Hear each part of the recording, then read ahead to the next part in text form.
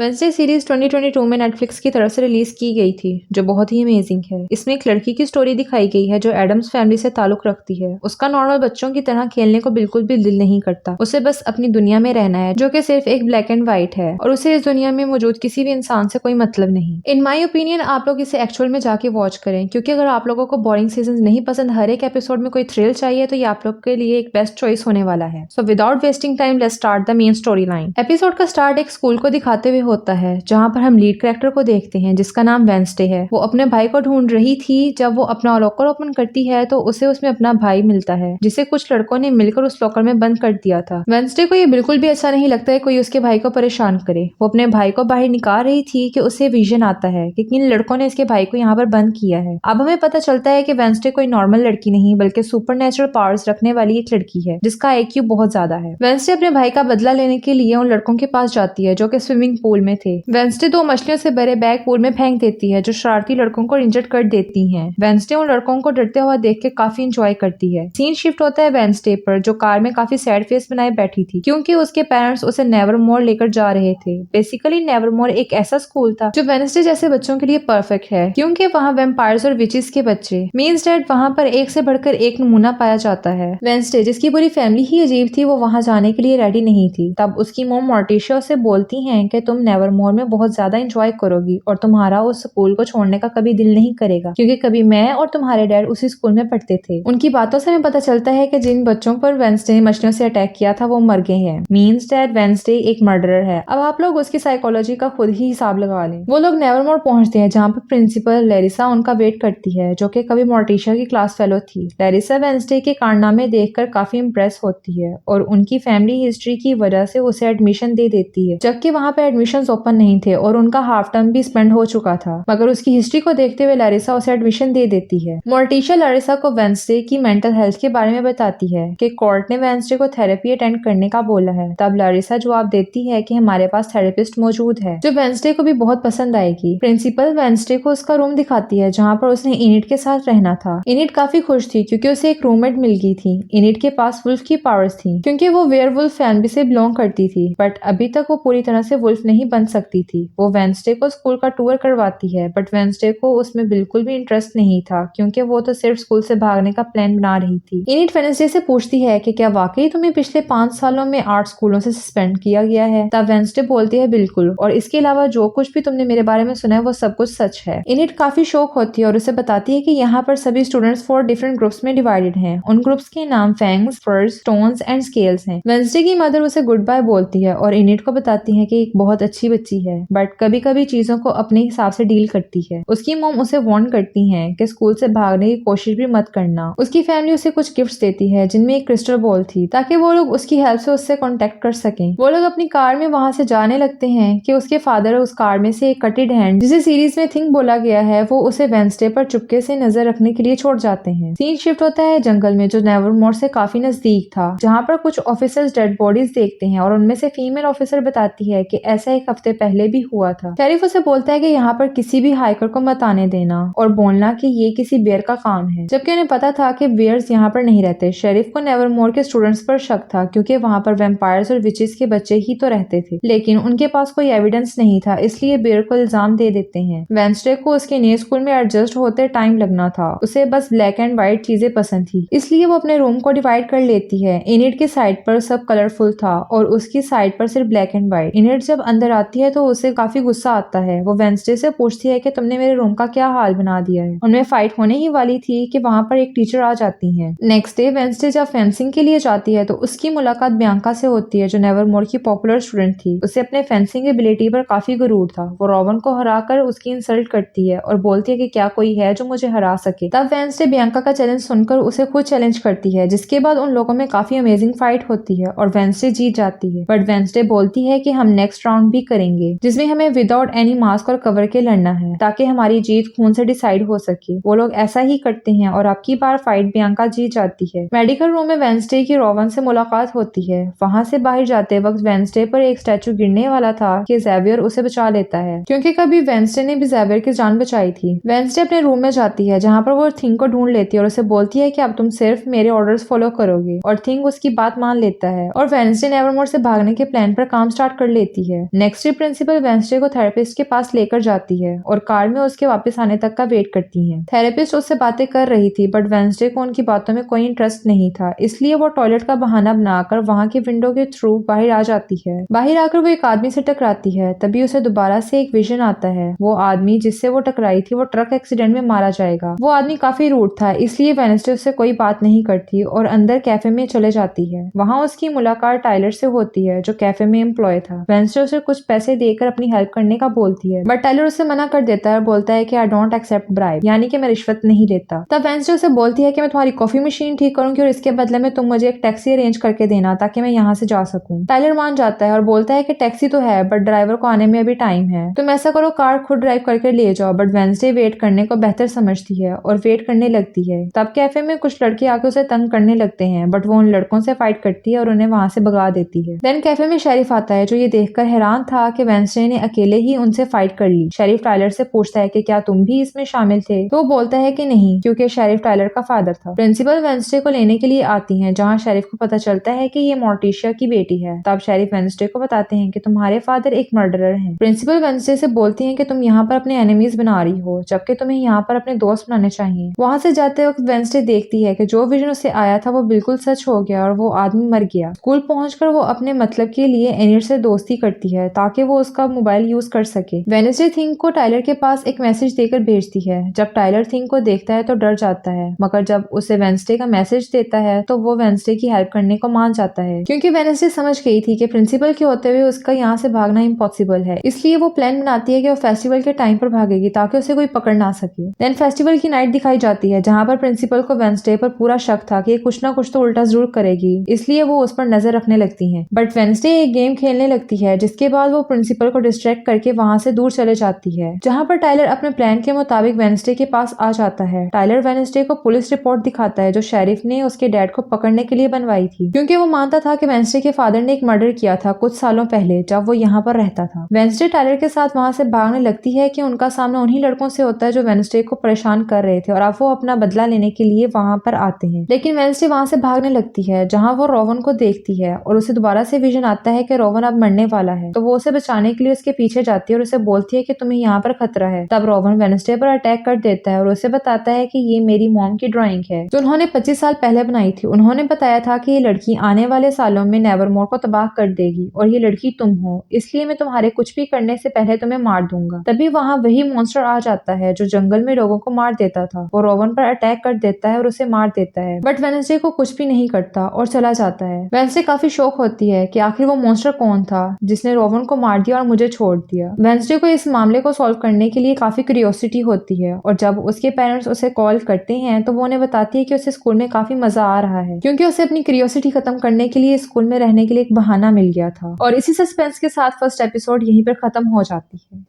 If you found our videos great, then give it a big thumbs up and don't forget to subscribe this channel. Stay tuned for the next episode, cause this Netflix series will give you goosebumps. And goodbye until the next video.